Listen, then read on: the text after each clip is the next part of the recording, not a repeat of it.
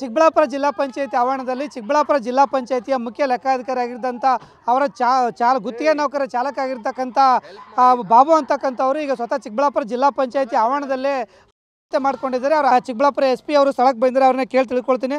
Sir ನಮಸ್ತೆ. ಇಲ್ಲಿ suicide ಮಾಡ್ಕೊಂಡವ್ರ ಹಿನ್ನೆಲೆ ಏನು ಸರ್? ಎಲ್ಲರಿಗೂ ನಮಸ್ಕಾರ. ನಮ್ಮ Chikkaballapur ZP office DC office ಆವರಣದಲ್ಲಿ ZP ಆಫೀಸ್ ಕೂಡ ಇದೆ.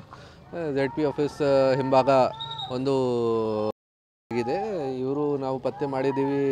ಇವ್ರ ಹೆಸರು ಬಾಬು ಇದೆ, ಬಾಪೂಜಿ ನಗರ್ ಚಿಕ್ಕಬಳ್ಳಾಪುರದ ವಾಸಿ. ಅವರು ಅರೌಂಡ್ 6-7 ಇಯರ್ಸಿಂದ ಕಾಂಟ್ರಾಕ್ಟ್ ಡ್ರೈವರ್ ಆಗಿ ಕೆಲಸ ಮಾಡ್ತಾ ಇದ್ದಾರೆ ಇದೇ ಆಫೀಸಲ್ಲಿ. ಅವರು ಚೀಫ್ ಅಕೌಂಟ್ ಆಫೀಸರ್ದು ಗಾಡಿ ಡ್ರೈವ್ ಮಾಡ್ತಾ ಇದ್ದಾರೆ. ಸರ್ ಇಲ್ಲಿ ಯಾವ ರೀತಿ ಮಾಡ್ಕೊಂಡಿದ್ದಾರೆ ಮತ್ತು ಕಾರ್ ಯಾರ್ದು ಸರ್? ಈ ಕಾರ್ ಚೀಫ್ ಅಕೌಂಟ್ ಆಫೀಸರ್ಸ್ದು ಇದೆ, ಗವರ್ಮೆಂಟ್ ರಿಜಿಸ್ಟರ್ಡ್ ವೆಹಿಕಲ್ ಇದೆ.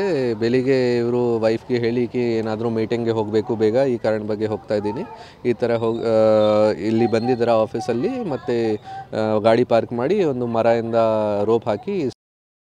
ಸರ್, ಡೆತ್ ಆದಂಥ ಬಾಬು ಅವರು ಡೆತ್ ನೋಟ್ ಬರೆದಿದ್ದಾರೆ 4 ಪೇಜ್ಗಳಲ್ಲಿ. ಅದರಲ್ಲಿ ಕೆಲವರು ಹೆಸರುಗಳನ್ನು ಬರೆದಿದ್ದಾರೆ, ಅದಕ್ಕೇನು ಹೇಳ್ತೀರಿ?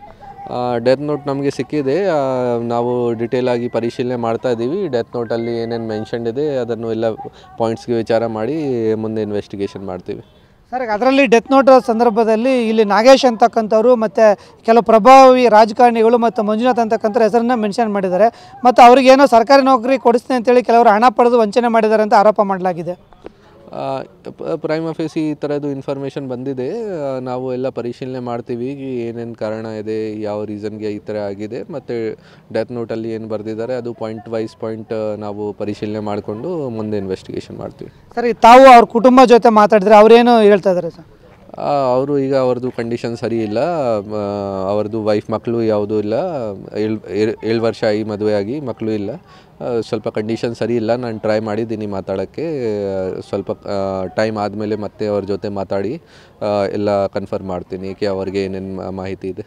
Thank you sir. ಸುದೀರ್ಘವಾಗಿ 4 ಪುಟಗಳ ಒಂದು ಡೆತ್ ನೋಟ್ ಬರೆದು ಆ ಡೆತ್ ನೋಟ್ನಲ್ಲಿ ಡಾಕ್ಟರ್ K. ಸುಧಾಕರ್ ಅವರ ಹೆಸರು ಉಲ್ಲೇಖ ಮಾಡಿದ್ದಾರೆ. ಮತ್ತು ಸುಧಾಕರ್ ಅವರ ಬೆಂಬಲ ಇರ್ತಂಥ ಕೃಷ್ಣಮೂರ್ತಿ ಅವರ ಅಳಿಯ NNR ನಾಗೇಶ್ ಇರ್ಬೋದು ಮತ್ತು ಮಂಜುನಾಥ್ ಅಂತಕ್ಕಂಥವರ ಹೆಸರನ್ನ ಉಲ್ಲೇಖ ಮಾಡಿದ್ದಾರೆ. ಮತ್ತು ತನಗೆ ಸರ್ಕಾರಿ ನೌಕರಿ ಕೊಡಿಸ್ತೀನಿ ಅಂತೇಳಿ 40 ಲಕ್ಷವನ್ನು ಹಣ ಕೇಳಿ ಸುಮಾರು 20 ಲಕ್ಷವನ್ನು ಹಣ ಪಡೆದು ಅದು 3 ದಿನಗಳ ಹಿಂದೆ ಕೇಳಿದಾಗ ಮತ್ತೆ ಜಗಳ ಆಗಿದೆ.